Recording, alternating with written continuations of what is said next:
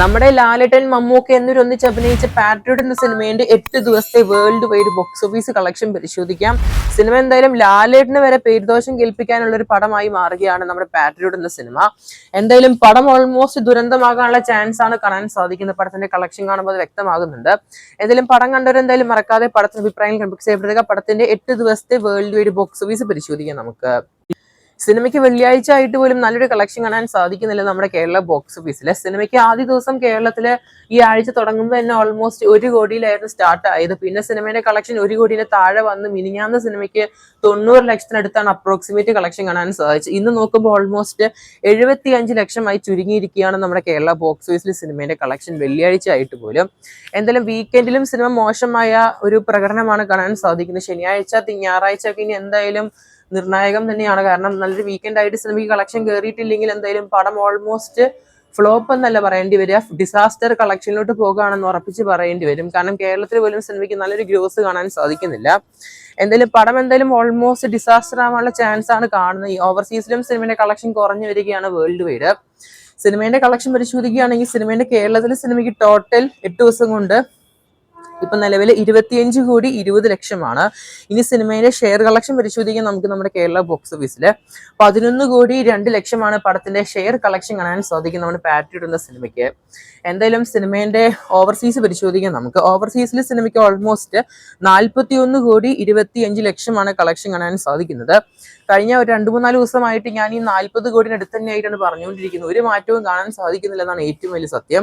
ഇനി Indian gross പരിശോധിക്കുകയാണെങ്കിൽ സിനിമയ്ക്ക് 32,73,00,000 ഇന്ത്യൻ ഗ്രോസ് കളക്ഷൻ സിനിമയ്ക്ക് കാണാൻ സാധിക്കുന്നത്.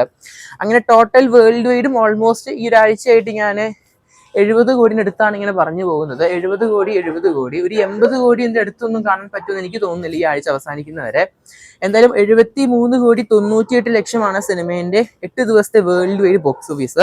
എന്തായാലും കളക്ഷന്റെ കാര്യം ഓൾമോസ്റ്റ് തീരുമാനമായിക്കൊണ്ടിരിക്കുകയാണ്. എന്തായാലും നമ്മുടെ ആൻഡോ ജോസ് പ്രൊഡക്ഷൻ ഹൗസ് നിർമ്മിച്ച 125 കോടി ബഡ്ജറ്റിൽ വന്ന സിനിമയുടെ കളക്ഷൻ നിങ്ങൾ ഈ കാണുന്നത്. ബിഗ് ബഡ്ജറ്റ് സിനിമ മഹേഷ് അണ്ണൻ കൊണ്ടു കളഞ്ഞു നല്ലൊരു അവസരം. കാരണം നല്ലൊരു ഓപ്പർച്യൂണിറ്റി ആയിരുന്നു, നല്ലൊരു രീതിയിൽ ഒരു ഇമ്പാക്ട് ഉണ്ടാക്കാൻ സാധിക്കുന്ന ഒരു സിനിമയായിരുന്നു ബോക്സ് ഓഫീസിൽ.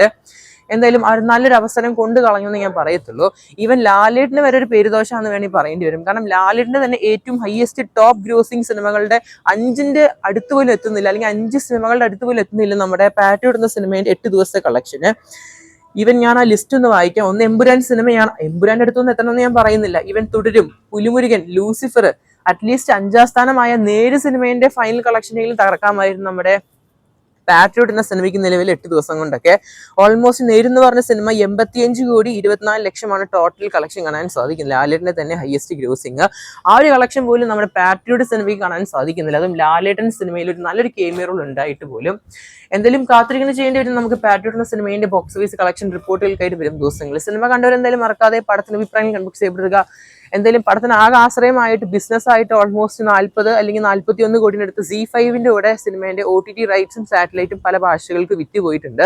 അതൊരു സമാധാനമാണ്. പക്ഷേ ഈ സിനിമേന്റെ ഡിസ്ട്രിബ്യൂട്ടേഴ്സിന് സിനിമ ഒരു കണ്ടകശനി തന്നെയാണ്. എന്തായാലും കാത്തിരിക്കുന്ന ചെയ്യാൻ നമുക്ക് പടത്തിന്റെ കൂടുതൽ ബോക്സ് ഓഫീസ് കളക്ഷൻ ആയിട്ട്. പടം കണ്ടവരെന്തായാലും മറക്കാതെ പടത്തിന്റെ അഭിപ്രായം കൺഫ്യൂസ് ചെയ്യപ്പെടുക. കൂടുതൽ സിനിമ ബോക്സ് ഓഫീസ് കളക്ഷൻ റിപ്പോർട്ടുകൾക്കായിട്ട് സബ്സ്ക്രൈബ് ചെയ്യുക സ്റ്റോക്ക് സ്റ്റുഡിയോസ് യൂട്യൂബ് ചാനൽ.